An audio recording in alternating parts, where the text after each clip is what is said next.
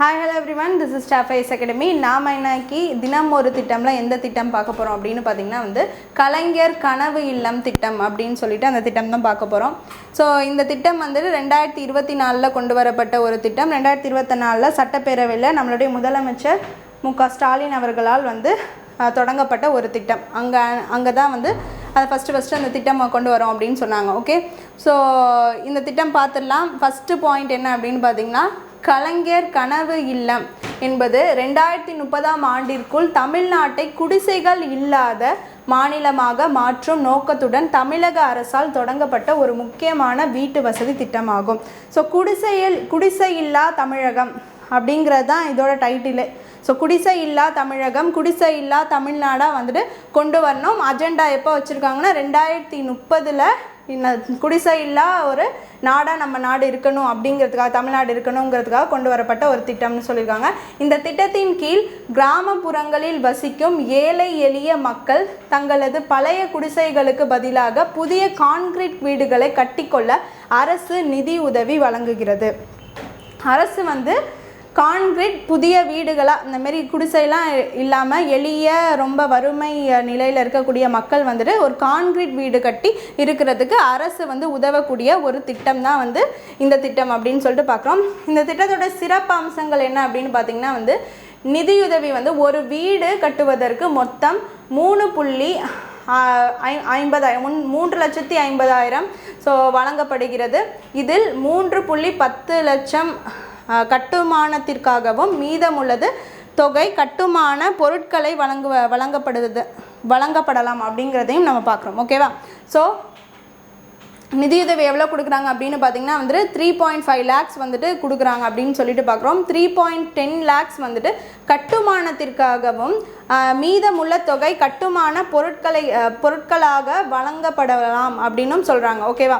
So அதான் இங்கே பார்க்குறோம். நெக்ஸ்ட்டு வந்து வீட்டு வசதிகள் என்னென்ன அப்படின்னு பார்த்தீங்கன்னா வந்துட்டு 360 சதுர அடி பரப்பளவில் இந்த வீடை வந்து செட்டப் வந்துட்டு பிளான் பண்ணியிருக்காங்க. ஸோ சமையலறை மற்றும் கழிப்பறையுடன் கூடிய கான்கிரீட் வீடுகள் கட்டப்படும். அது எவ்வளோ டோட்டல் ஸ்கொயர் ஃபீட் பார்த்தீங்கன்னா 360 ஸ்கொயர் ஃபீட் இருக்கும் அப்படின்னு சொல்லியிருக்காங்க குறைந்தபட்சம். ஓகேவா? இதோட இலக்கு என்ன, இந்த திட்டத்தோட மெயின் இலக்கு என்ன அப்படின்னு பார்த்தீங்கன்னா 2025 to 26 நிதியாண்டில் கூடுதலாக 1 லட்சம் வீடுகள் கட்ட தமிழக அரசு 3,500 கோடி நிதி ஒதுக்கீடு செய்துள்ளது கலைஞரின் கனவு இல்லம் திட்டம் மூலம். ஓகேவா? ஸோ என்ன சொல்லியிருக்காங்க, 1 லட்சம் வீடுகள் இன்னும் வந்து இப்போ இருக்கக்கூடிய 2025லேருந்து 26 இருக்கக்கூடிய அந்த நிதி ஆண்டில் பார்த்திங்கன்னா இன்னும் 1 லட்சம் வீடு வந்து கட்ட திட்டம் இருக்காங்க. மொத்தமாக 8 லட்சம் வீடு வந்து கவர் பண்ணணும் அப்படிங்கிறது தான் இவங்களுடைய மெயின் எய்மு. ஸோ அதுக்கு இப்போ எவ்வளோ நிதி ஒதுக்கியிருக்காங்க இந்த கரண்ட் இயர்லன்னு பார்த்தீங்கன்னா வந்துட்டு 3,500 crores வந்துட்டு இதுக்காக ஒதுக்கியிருக்காங்கன்னு சொல்லிட்டு பார்க்குறோம். ஓகேவா?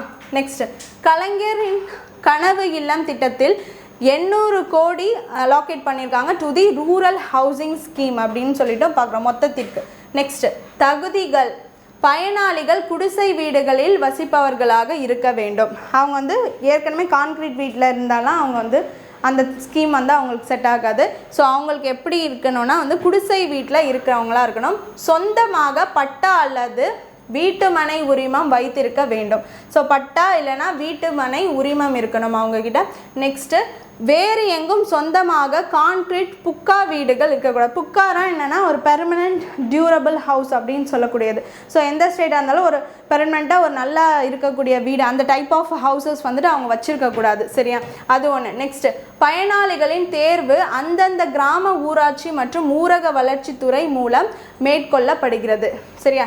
பயனாளிகளுக்கு எந்த துறையின் கீழ் பண்ணுறாங்க, கிராம ஊராட்சி இல்லைனா ஊரக வளர்ச்சித்துறை கீழே வந்து இதை பண்ணுறாங்க. ஓகே. நெக்ஸ்ட்டு, குறிப்பு, சாகித்ய அகாடமி போன்ற உயரிய விருதுகள் பெற்ற தமிழ் எழுத்தாளர்களுக்கும் கனவு இல்லம் என்ற பெயரில் தனியாக ஒரு திட்டம் செயல்படுத்தப்படுகிறது. இதன் கீழ் அவர்களுக்கு அரசு சார்பில் வீடுகள் ஒதுக்கீடு செய்யப்படுகின்றன. இது யார் அப்படின்னு பார்த்தீங்கன்னா சாகித்ய அகாடமி. அதில் வந்துட்டு யாரெல்லாம் வந்து விருது வாங்குறாங்களோ அவங்களுக்கு இந்த கனவு இல்லம்ங்கிற பேரில் அவங்களுக்கும் ஒரு தனியான வீடு வந்து கொடுக்குறாங்க அப்படின்னு செட்டப் பண்ணுறாங்க அப்படின்னு சொல்லிட்டு நம்ம பார்க்குறோம். ஓகே, என்ற பெயரில் இந்த திட்டம் செயல்படுகிறது. ஸோ இது பார்த்திங்கன்னா இப்போ வந்து 2030க்குள்ளே வந்து குடிசை இல்லா ஒரு தமிழகமாக வந்துட்டு உருவாகணும் அப்படிங்கிறதுக்காக தான் வந்துட்டு இந்த திட்டம் கலைஞரின் கனவு இல்லம் திட்டம் அப்படின்னு சொல்லிட்டு நம்ம பார்க்குறோம். ஓகே, ஸோ இப்போ வந்து சென்ட்ரல்லலாம் வந்து ஆவாஸ் பிஎம் ஃபஸ்ட் இந்திரா காந்தி ஆவாஸ் யோஜனா அப்படின்னு இருந்துச்சு, அதுக்கப்புறம் வந்துட்டு பிஎம் ஆவாஸ் யோஜனா அப்படின்னா அவங்க சென்ட்ரலில் வந்துட்டு அவங்க ஸ்கீம் இது பண்ணுறாங்க. ஸோ அந்த மாதிரி இங்கே வந்து கலைஞரின் கனவு இல்லம் அப்படின்னு சொல்லிட்டு நம்மளுடைய ஸ்டேட் கவர்மெண்ட் வந்து பண்ணுறோம். ஓகேவா? ஸோ இதான் இன்றைக்கான திட்டம். நன்றி.